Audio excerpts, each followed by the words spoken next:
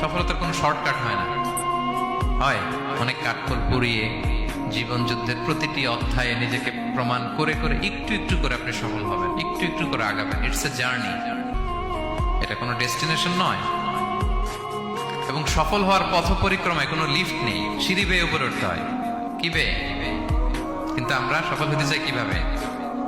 Direct 100 তলায় আমি সফল, উপরে সবার উপরে আমি, এইভাবে চাই সফলতাটা। সবার উপরে উঠে যাব, গোল্ড মেডেল গলায় পরাই দিবে, আমরা সাকসেসফুল না। সফলতার রাস্তায় কোনো লিফট থাকে না। কি দিয়ে উঠতে হয়?